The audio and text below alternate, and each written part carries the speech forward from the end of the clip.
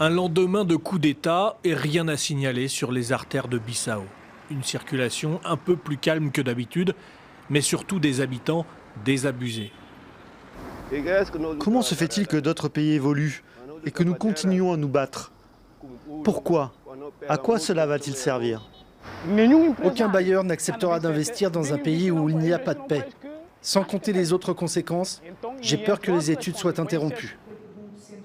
Quand le président s'est présenté devant les caméras ce mardi soir, quelques heures après la tentative de putsch, il paraissait assez serein. Et pourtant, dans l'après-midi, la bataille a terrorisé la capitale. Des civils fuient, des militaires encerclent le palais du gouvernement. Les combats avec la garde présidentielle sont intenses, 5 heures durant.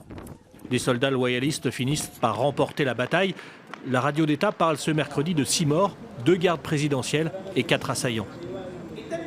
C'est surtout la lutte contre le trafic de drogue qui en est à l'origine, parce que la plupart des personnes impliquées sont des personnes inscrites sur la liste d'enquête anti-drogue.